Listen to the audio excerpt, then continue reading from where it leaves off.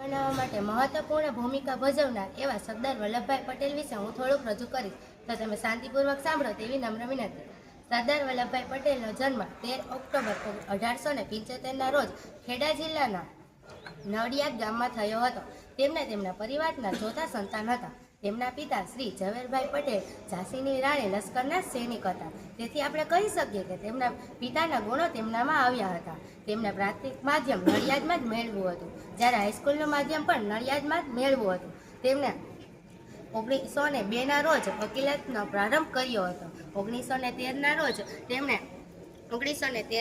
તેમને લંડન અભ્યાસ માટે ગયા, ત્યારે તેમને એડમિશન ન આપ્યું. જ્યારે બધાને 36 મહિના અભ્યાસમાં લાગતા હતા, ત્યારે તેમણે માત્ર 30 જ મહિનામાં પોતાનો અભ્યાસ પૂર્ણ કર્યો અને સાથે પ્રથમ ક્રમાંક પણ મેળવ્યો હતો.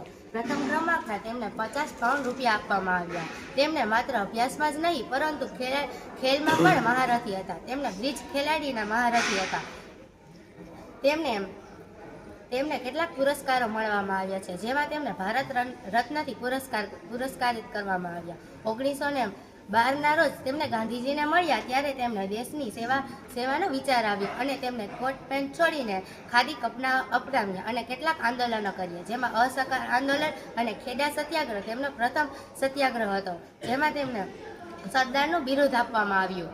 તેમને એ બધા આંદોલનોની સાથે કેટલાક બિરુદ પણ મળ્યા હતા. તેમના પત્ની ઝવેરાબેન કેન્સરથી પીડિત હતા.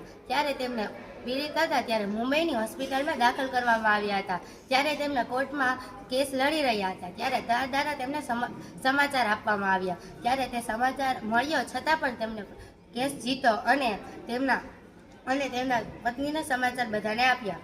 અંતમાં હું એટલું જ કહીશ કે સરદાર વલ્લભભાઈ પટેલને આપણે ગુણો અપનાવવા જોઈએ. અસ્તુ.